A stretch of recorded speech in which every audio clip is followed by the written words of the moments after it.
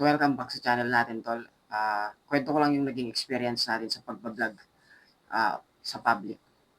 So may lakad tayo kahapon and yun, sinubukan natin mag-vlog and ito yung naging resulta niya. So today may lakad tayo and may isang tayong client na pupuntahan. And need natin i-repair yung kanyang roll-up banner. Pero sa lakad natin na to and ito practice na din natin yung pagbablog ng parang ganyan. Kasi nga yun, para na din may progress tayo sa pagkawala ng natin pagiging mahiyain, no? Pero damn, napakahirap pala nito. Like mukha ka lang tanga sa public, promise. Ngayon naiintindihan ko na kung ba't mahirap. Pero yun, update ko kayo pag na nakarating na ako sa client. Malapit na tayo, konting and right now nasa lawag tayo and medyo maulan. Nagsisimula pa lang umulan. Well, isa sa mga napansin ko kung ba't mahirap to is hindi kasi tayo sanay, no? Like itong activity na to, walang nagtuturo ng ganito sa atin sa mga schools. Pero ayun, malapit na tayo sa client natin. So kakagaling lang natin dun sa client natin, no? And yun, kinat natin yung videos and may napansin ako sa video. Pag pala ganito yung angle, puro baba natin yung nakikita. So dapat talaga nakaganito, halos ganito, para may sense. And yun, di pa natin sanay right now. Hopefully after, well, ang goal natin this week muna is ipahiya yung sarili natin, no? Para nga mawala na tong kahihiyan na to. Then dito sa banda na to, kinat ko na kasi nga habang on the way tayo sa second na errand natin. Kinat ko kasi nga number one, ang hirap pala hawakan yung phone na walang phone holder. Nakakangawit pala yon. And ang gamit din natin dyan is naka-headset tayo. So yung audio jack niya is nakakasagabal din sa kamay.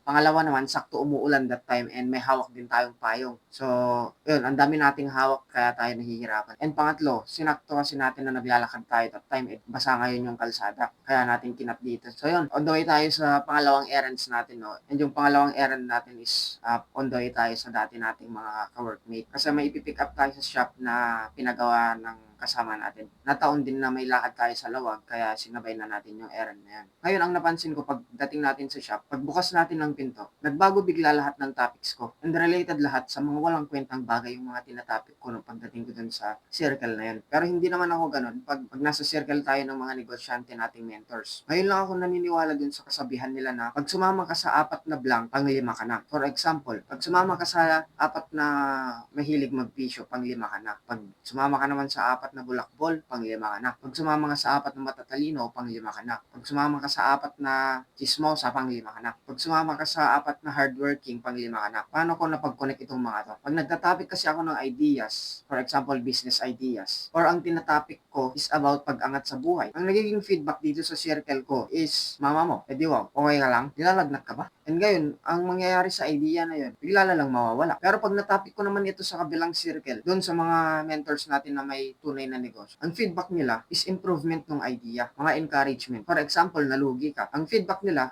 is pagpatuloy mo lang yung ginagawa mo. And ine-explain nila kung bakit ka nalugi. Ano yung mga maling nagawa mo. Pero pag ito naman na-discuss mo sa dati kong circle, unang sasabihin, kulang kasi sa kapital. Sabi sa'yo, kailangan kasi ng machine. Sabi sa'yo, ganito, ganyan. Dapat inaral mo muna tong ganito.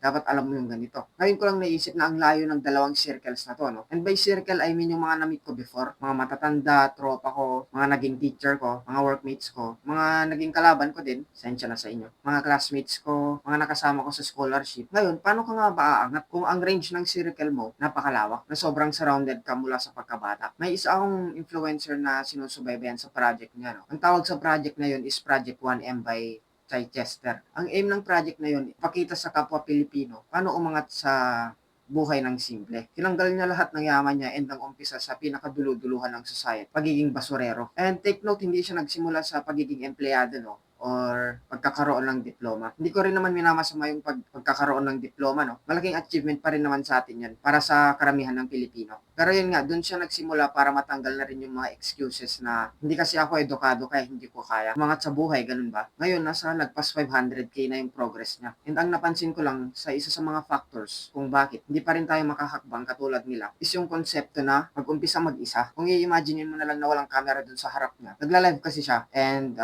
para sumagot sa mga questions ng mga kapwa Pilipino. Pero isipin mo lang walang camera yung ginagawa niya and hindi ka aware sa mga information na ganito. Hindi talagang iisipin mo na mahirap talagang umangat sa buhay. Lalo na kung nasa pinakababang baba ka ng lipunan, no? So inisip ko ng maigi, bakit wala nga ba ako ng konsepto na to? Ang magsimula mag-isa. Paano ba naman kasi? High school days pa lang, pag-enroll mo. Kailan ka mag-enroll? Sabay na tayo. Tara, kain tayo sa kantin. Tara, tambay tayo sa likod. Papasok ba kayo? Pag hindi, hindi na rin ako. Kailan tayo magpapa-clearance? What time ka pupunta ng graduation? Sabay na tayo. Ngayon, ang susunod naman college. So pagtungtong mo doon, ano course kukunin nyo? Sige, dyan na tayo para magka-classmate tayo. Pagka-graduate ngayon ng college, no? Sabay-sabay sa job fair, nagsipuntahan, no? Doon na nagsisimulang mawalan ng kasama. Kasi ilan nga lang yung kailangan dun sa job position, no? Alam nga naman magkakasama pa kayo dun. Ang nangyayari ngayon, marirepeat yung cycle na yun. Yun nga lang sa mga katrabaho mo na. Ang malala, may mga bisyo ng kasama dito. Mas mahihirapan ka na kumawala sa mga klase ng circle na to. Kasi lagi kang sanay na may kasama dapat. Kung saan yung grupo mo, doon ka. Alam mo na nga mahirap kumita ng pera, pero sige pa din ang gastos mo. Kasi ganun yung circle na pinasok mo. Kaya pala mahirap pa din kopyahin yung Project 1M dahil sa konseptong yun. Kasi si Chai Chester, galing sa taas, bumaba sa pinakababa ng lipunan. And ang baon niya is lahat ng experience niya. Kung titignan mo, nadikit pa lang tayo sa circle ng mga mentors natin. And yung naging epekto is, mas naging aware tayo sa surroundings natin ngayon. Pero syempre, hindi tayo basta-basta magtuturo ng mga business topics, no? Kahit na may mga kakarampot lang tayong alam. Magiging business guru-guruan kasi tayo pag ganun. Bago kasi tayo muna magturo, no? Make sure natin na kaya nating i-implement yung mga tinuturo natin. And current status ko right now is yung pagiging mahiyain ko, ini-improve ko. Hindi ko kasi maintindihan, no? Okay naman ako sa pakikipag-usap sa clients na mataas ang posisyon. Pakikipag-usap sa mayayaman na tao. Before pa nga, willing tayo makipagbasagan ng bungo sa mga kalaban natin, no? Pero pagdating sa pag-upload lang ng video, halos manginig tayo. Then now lang nagsilabasan tong mga problems na to, no? Kasi nga, mag-isa tayong bumabaybay dito sa project na gusto nating tahakin. Kaya nahihirapan tayo ngayon dahil nga, yun, sanay tayong may kasama. Ako kasi, willing lang ako mag-contribute sa idea ng iba. And marunong lang magsimula ng idea na yun. Ang problem ko naman is magtuloy ng idea na yun. Kaya kailangan ko ng kasama para magtuloy ng idea na yun. Simple lang yung sasabihin ko kanila, Seb, no? Pag may idea sila. Pag G ka, G ako. Ganun lang, tapos tira na agad. Pero ngayon kasi, iba yung sitwasyon natin ngayon, no? Kailangan natin mag-adapt. So sa mga next video natin, pupunta lang muna tayo sa mga matataong lugar, no? Tapos magpa-practice ng pagbibideo sa public. Hopefully, hindi na maulan that time, no? Ngayon pa lang kinakabahan na ako, no? Kasi nga, feeling ko kakainin ako ng lupa doon. Pero yun nga, tuloy lang tayo. Para masimulan na rin natin yung level 1 natin next week. Sige tol, next time. Good day, tol. Nga pala, may group tayong ginawang pangalan is Root Organization. Kung student ka, pasok ka dyan para sa runs mo. Kung parents ka naman, welcome din po kayo para maintindihan nyo din ang mga possible silent battle ng mga anak nyo. Mission namin dito ay makapagpatayo ng mga companies na nakafocus sa employment ng mga estudyante. Bakit? Kasi ang vision namin para sa kanila ay matutong magbigay ng opportunity sa iba. Hindi lang yung naghahanap ng opportunity para sa sarili. Kung gusto mong maki-join o sumuporta sa mission na to, follow mo yung page namin sa Facebook. Doon kami nagbebenta ng mga memorable mugs. Perfect gift para sa special someone mo.